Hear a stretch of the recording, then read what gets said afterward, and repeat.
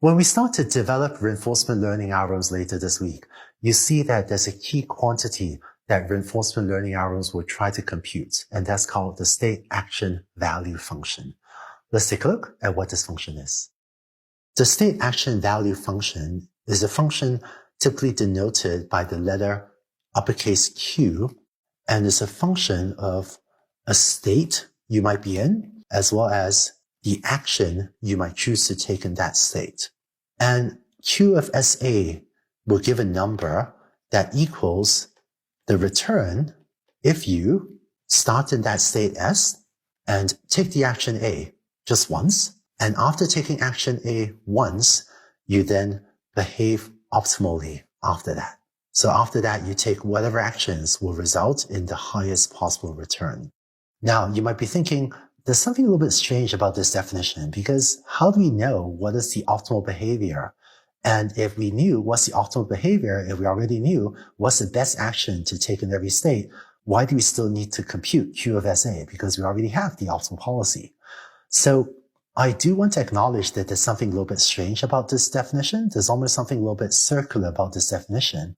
But rest assured, when we look at specific reinforcement learning algorithms later, we'll resolve this slightly circular definition and we'll come up with a way to compute the Q function even before we've come up with the optimal policy. But you see that in a later video, so don't worry about this for now. Let's look at an example. We saw previously that this is a pretty good policy. Go left from states 2, 3, and 4, and go right from state 5. It turns out that this is actually the optimal policy for the Mars rover application when the discount factor gamma is 0.5. So Q of SA will be equal to the total return if you start from state S, take the action A, and then behave optimally after that, meaning take actions according to this policy shown over here. Let's figure out what Q of SA is for a few different states.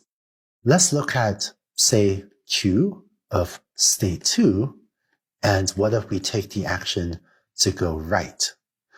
Well, if you're in state 2 and you go right, then you end up at state 3, and then after that, if you behave optimally, you're going to go left from state 3, and then go left from state 2, and then eventually you get the reward of a 100. In this case, the rewards you get would be 0 from state 2, 0 when you get to state 3, 0 when you get back to state 2, and then 100 when you finally get to the terminal state 1. And so the return will be 0 plus 0.5 times that, plus 0.5 squared times that, plus 0.5 cubed times 100. And this turns out to be 12.5. And so Q of state 2 of going right is equal to 12.5. Note that this passes no judgment on whether going right is a good idea or not. It's actually not that good an idea from state 2 to go right, but it just faithfully reports out the return if you take action A and then behave optimally afterward. Here's another example. If you're in state 2 and you were to go left, then the sequence of rewards you get will be 0 when you're in state 2, followed by 100. And so the return is 0 plus 0.5 times 100, and that's equal to 50. In order to write down the values of QSA in this diagram, I'm going to write 12.5 here on the right to denote that this is Q of state 2 going to the right. And I'm going to write a little 50 here on the left to denote that this is Q of state 2 and going to the left. Just to take one more example, what if we're in state 4 and we decide to go left? Well, if you're in state 4 and you go left, you get reward 0, and then you take action left here. So 0 again, take action left here, 0, and then 100. So Q of 4 left results in rewards 0 because the first action is left. And then because we follow the optimal policy afterward, you get rewards 0, 0, 100. And so the return is 0 plus 0.5 times that, plus 0.5 squared times that, plus 0.5 cubed times that, which is therefore equal to 12.5. So Q4 left is 12.5. I'm going to write this here as 12.5.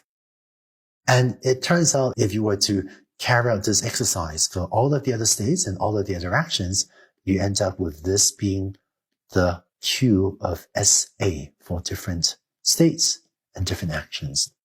And then finally, at the terminal state, well, it doesn't matter what you do. You just get that terminal reward 100 or 40. So I'm just write down those terminal rewards over here. So this is Q of SA for every state 1 through 6, and for the two actions, action left and action right. Because the state action value function is almost always denoted by the letter Q, this is also often called the Q function.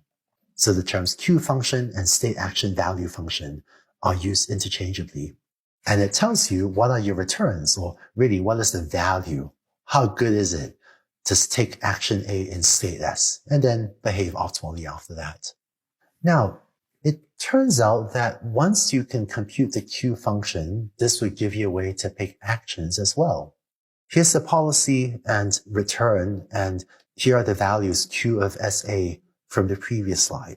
You notice one interesting thing when you look at the different states, which is that if you take state 2, taking the action left results in a Q value or state action value of 50, which is actually the best possible return you can get from that state. In state 3, Q of SA for the action left also gives you that higher return. In state 4, the action left gives you the return you want. And in state 5 is actually the action going to the right that gives you that higher return of 20.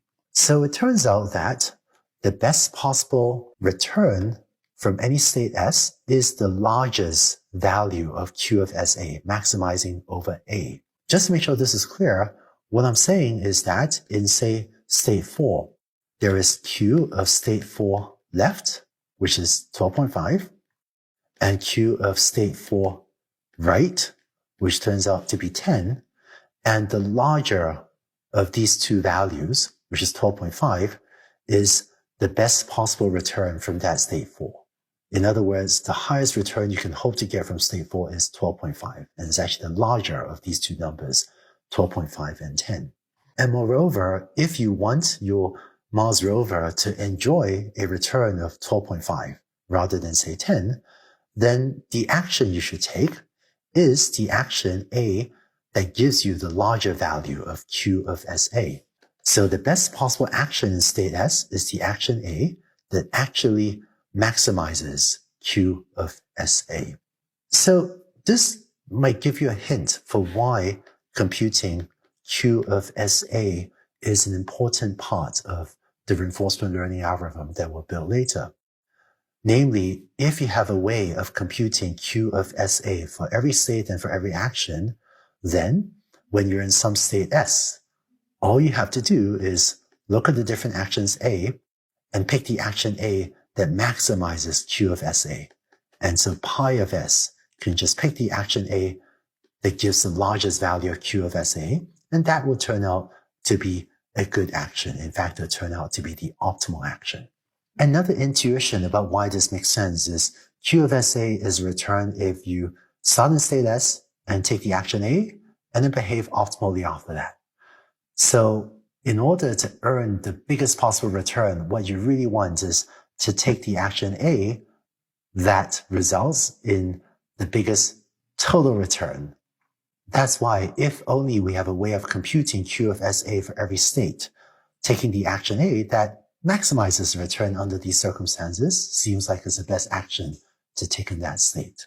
Although this isn't something you need to know for this course, I want to mention also that if you look online or look at the reinforcement learning literature, sometimes you also see this Q function written as Q star instead of Q.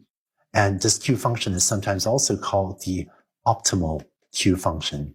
These terms just refer to the Q function exactly as we've defined it. So if you look at the reinforcement learning literature and read about Q star or the optimal Q function, that just means the state action value function that we've been talking about. But for the purposes of this course, you don't need to worry about this. So to summarize, if you can compute Q of SA for every state and every action, then that gives us a good way to compute the optimal policy pi of S. So that's the state action value function, or the Q function. We'll talk later about how to come up with an algorithm to compute them, despite the slightly circular aspect of the definition of the Q function.